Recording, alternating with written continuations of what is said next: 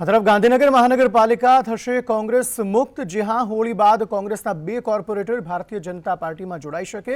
અંકિત બારોટ અને ગજેન્દ્ર વાઘેલા ભાજપમાં જોડાશે। ગઈકાલે કોંગી કોર્પોરેટરે સીઆર પાટીલ સાથે મુલાકાત કરી હતી। બંને કોંગી કોર્પોરેટર હોળી બાદ વિધિવત ભાજપમાં જોડાશે। અંકિત બારોટ અને ગજેન્દ્રસિંહ વાઘેલા ભાજપમાં જોડાશે। ગઈકાલે સીઆર પાટીલ સાથે તેમણે મુલાકાત કરી હતી। ગાંધીનગર બંગલે તેમણે ગઈકાલે મુલાકાત કરી અને હોળી બાદ વિધિવત રીતે તે ભારતીય જનતા પાર્ટીમાં જોડાશે। બંને કોંગી કોર્પોરેટર હોળી બાદ વિધિવત રીતે ભારતીય જનતા પાર્ટીમાં જોડાય તેવી પૂરેપૂરી શક્યતાઓ જોવા મળી રહી છે। કશ્યપ જોશી આ અંગે વધુ માહિતી આપી રહ્યા છે। કશ્યપ, જણાવશો શું વધુ વિગતો આ સમગ્ર મામલે?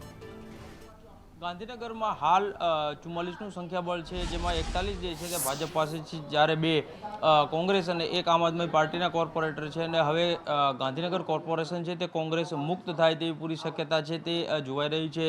2 કોર્પોરેટર છે તેણે ગઈકાલે સીઆર પાટીલના નિવાસસ્થાન ખાતે સીઆર પાટીલ સાથે મુલાકાત કરી હતી, જેમાં અંકિત બારોટ અને ગજેન્દ્રસિંહ વાઘેલા છે। આ બંને કોર્પોરેટરો છે તેણે સીઆર પાટીલ સાથે મુલાકાત કરી હતી અને માહિતી સૂત્રો તરફથી એવી જાણવા મળી રહી છે કે હોળી બાદ વિધિવત રીતે તેઓ ભાજપમાં જોડાશે।